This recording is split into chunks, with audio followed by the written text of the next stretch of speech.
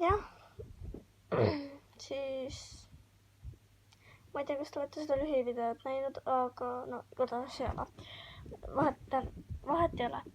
Igatahes siis mu mask, no ma olin Raplas peol ja noh, ma olin maski kaasa võtnud, see mask,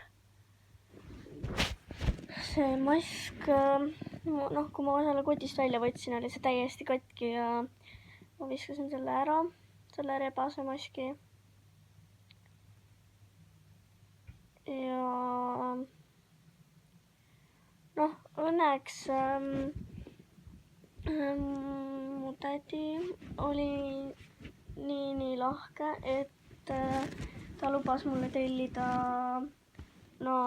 ühe maski või isegi 2, ühed käpad, noh, siia juurde ka, selle maski juurde ka need karvad siia kõrvale ja ühe saba. Nii et nüüd tuleb ainult oodata, millal mu papsil palgapäev on ja noh, mitte nädala lõpus, vaid kuu lõpus tuleb tal palgapäev ja siis saab tellida.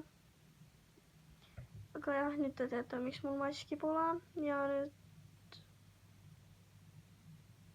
mõnda aega ma panengi kogu aeg omale neid kassi emootikune. Aga olgu, tšau!